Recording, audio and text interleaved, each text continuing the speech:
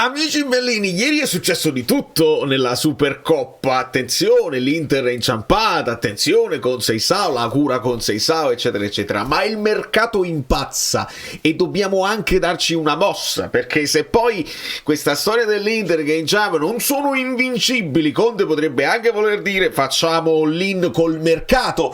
Cominciamo.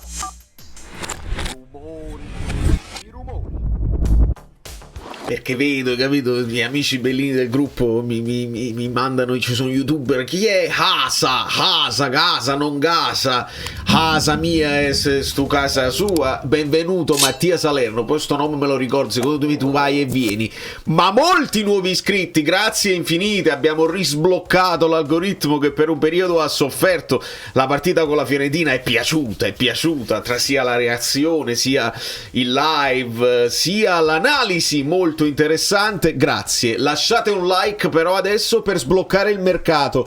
È importante che arrivino 926 like, non dico 1900, ma 926 like per sbloccare il mercato del Napoli, perché in questo momento sento confusione, vedo una confusione generale e cerco di fare chiarezza, nonostante alcune cose non sono chiarissime. Prima di tutto c'è questo Hasa. E chi è Hasa? Perché il Napoli prende Hasa? Allora, partiamo dal presupposto, e mi rivolgo più che altro ai nuovi iscritti che magari non sanno la mia ossessione per le liste della Serie A, la vecchia community.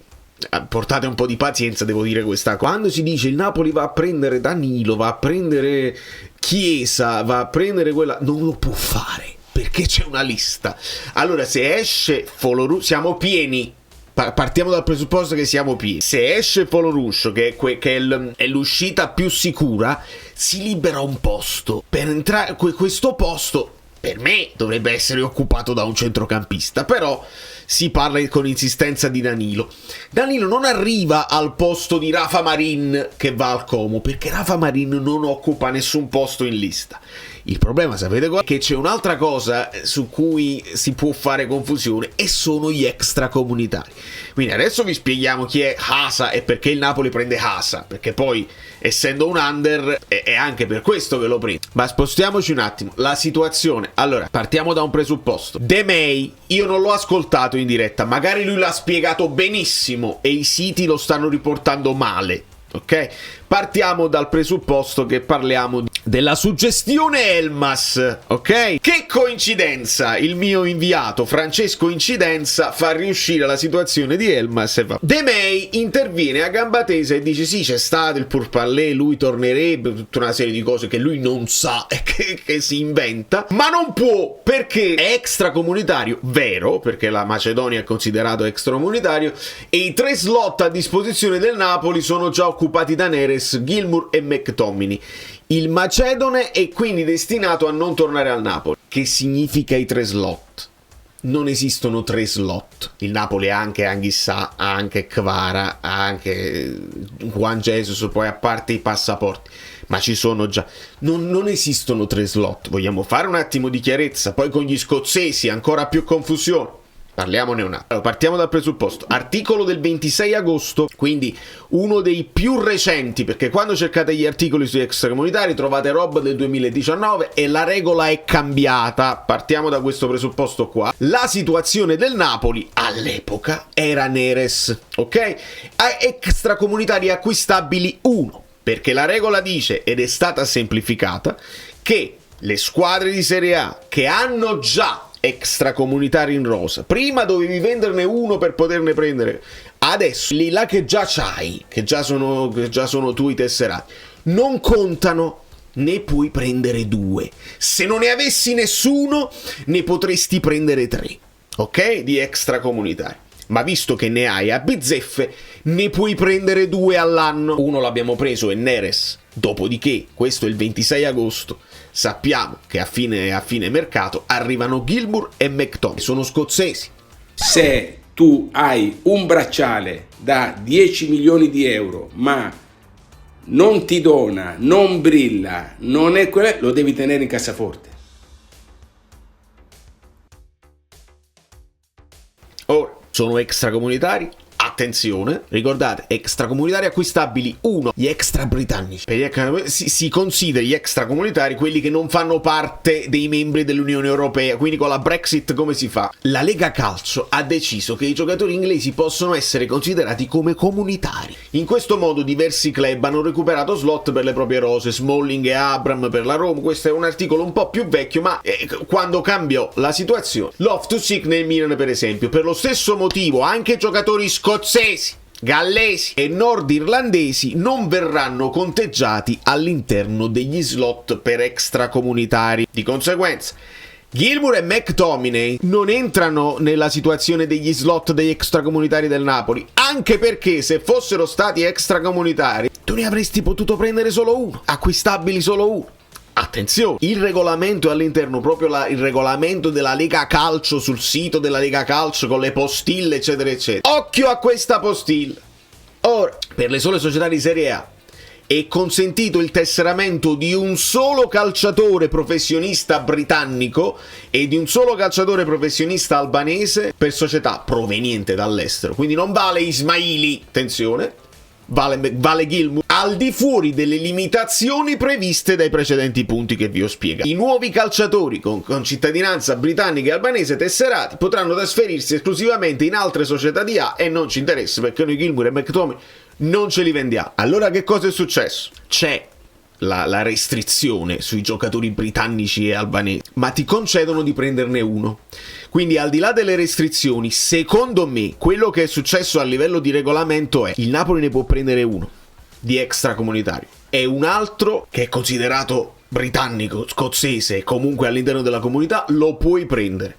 Di conseguenza la situazione degli extracomunitari in questo momento è bloccata perché abbiamo extracomunitari Neres e Gilmour e per esempio McTominay invece è considerato tra i comunitari come l'eccezione dei britannici. Da quello che ho capito io, poi voi nei commenti mi date una mano, ma sicuramente la situazione, no, gli slot sono occupati, è imprecisa, diciamo così, è una situazione imprecisa. Ora voi mi direte, ma se gli slot sono occupati, perché a questo punto come viene Danilo, almeno questa è una domanda che mi sono fatto io, non c'entra niente perché gli extracomunitari sono considerati tali quando vengono dall'estero, non quando vengono dalla stessa Serie A, perché sono gli extracomunitari che già stanno lavorando in Serie A, quindi non c'è il problema dell'immigrazione di questi nuovi lavoratori. Tra l'altro un'altra postilla dice che questi giocatori che vengono dall'estero devono aver giocato almeno 5 partite nelle loro nazionali,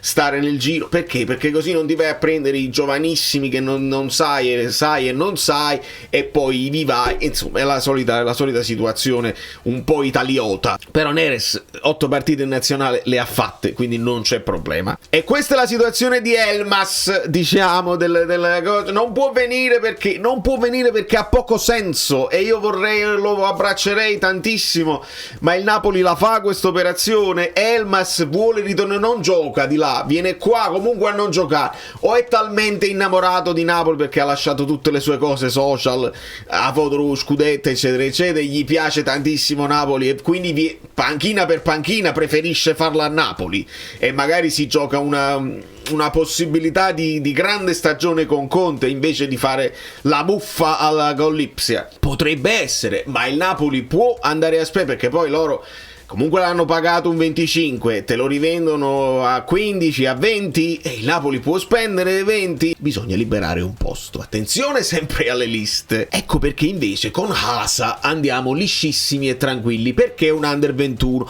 ed ecco perché le varie notizie che riportano e che voi non vi volete ascoltare, non dico voi la community, dico i giornalisti, quando io intervengo ne parliamo il lunedì, 2 lunedì fa e vi dico Fazzini vabbè ma Conte non gli piace, ve lo dico perché Fazzini essendo un under 21 può giocare, può rientrare nelle liste senza occupare un posto, altrimenti ti devi vendere a qualcun altro.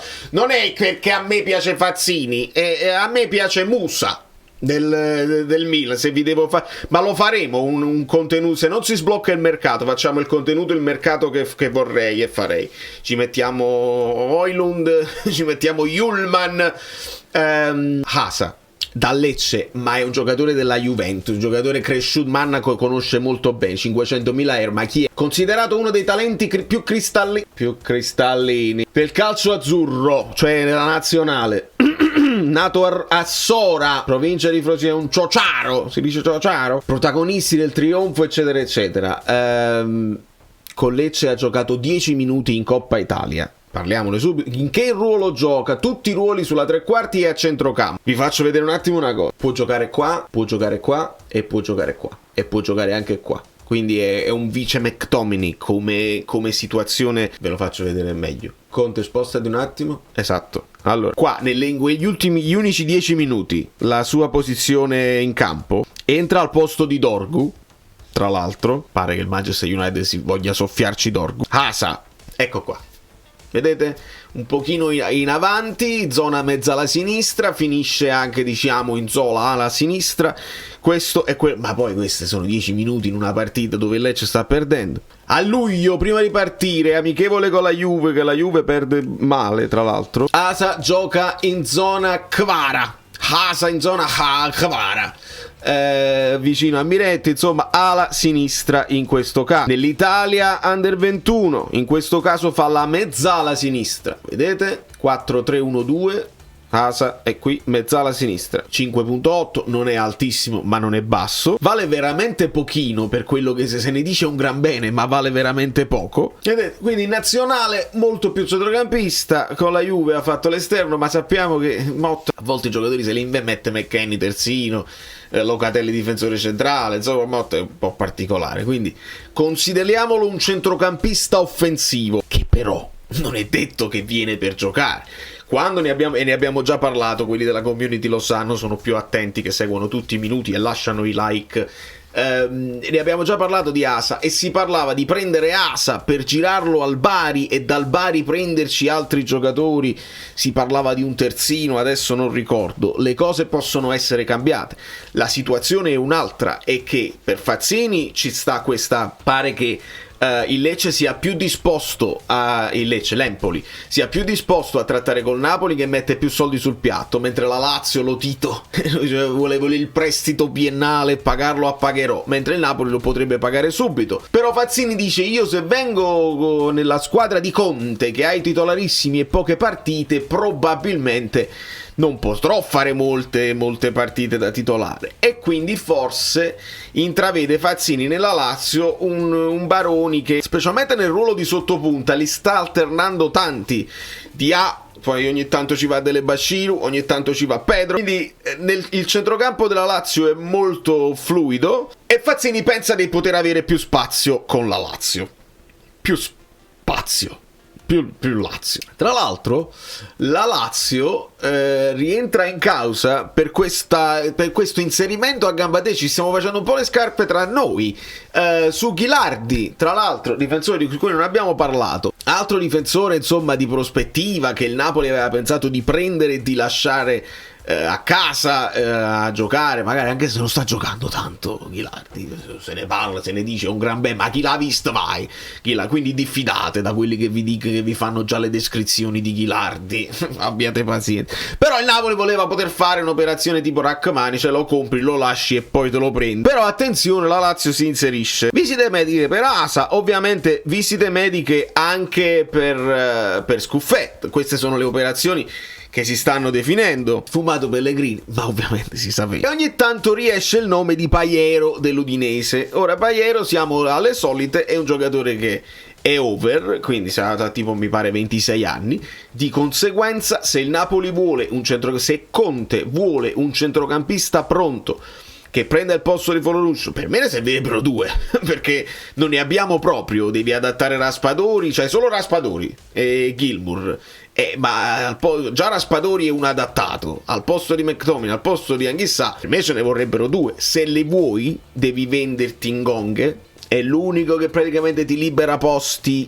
guardate il pollice, che ti libera posti in squadra, perché Zerbin che va al Venezia non libera niente, Rafa Marin che va al Como non libera niente.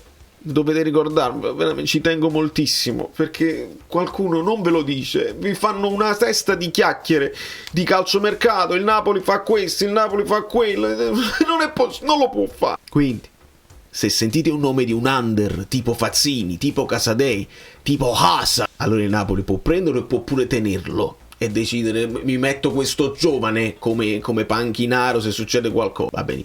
Se invece ascoltate di giocatori che sono over con gli anni o che sono extracomunitari, dovete ragionare sulla questione delle liste e andate forte con il commento. Dite, non è possibile, stai dicendo tutte corbellerie.